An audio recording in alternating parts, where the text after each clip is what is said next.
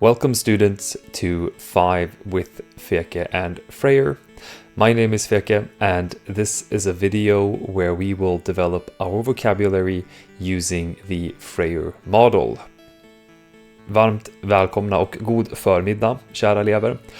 Och välkomna till den här filmen där vi ska utöka vårt engelska ordförråd. おはようございますみなさん。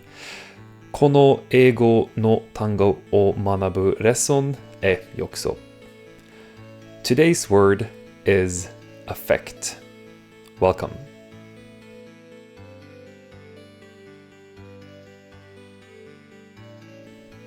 For those familiar with this video and this series of videos, we use something called the Frayer Model in order to develop our vocabulary as well as deepening our understanding of the English language. This model is divided into 4 parts: definition, characteristics, examples, and non-examples. At the top left, we see the definition of the word affect, which we have in the middle of the page as well. Affect is a verb, and this is quite important when studying this word, since it is one of those words that I, as a teacher, see that some of my students have some issues with.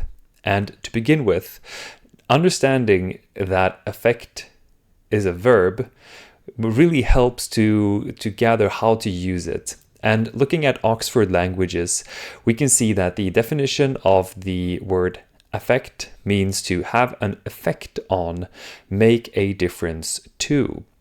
Now, this is quite important since the very same word that appears here in the definition, effect, is one of the trickier ones when understanding how to use affect.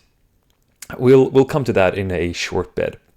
On the top right, we can see the characteristics of affect, which we can see that it refers to the influence or the impact that one thing has on another. Or it could also relate to the ability to produce a change of some kind or to make a difference. What's characteristic then of affect is the sort of cause and effect relationship that one thing happens and then something else is the result. And that's one of the things that is important to bear in mind. Moreover, affect can also be positive and negative. It doesn't necessarily have to be one or the other, but it can be both. You can use it in either way. At the bottom left, we see some of the examples that I've made related to affect. And when I've tried to understand the various ways we can understand the examples, I was looking at synonyms, and some of them could be influence, could also be impact, or the sort of phrase that we usually use, influence, which says exert influence on. And when I've looked into this, the difficulty levels shows us that influence and impact are B level, whereas exert influence on is generally considered to be more advanced. And this is something that's great to know in order to develop our vocabulary. Some example sentences could be: the positive feedback affected her confidence positively, or rainy weather can affect people's moods.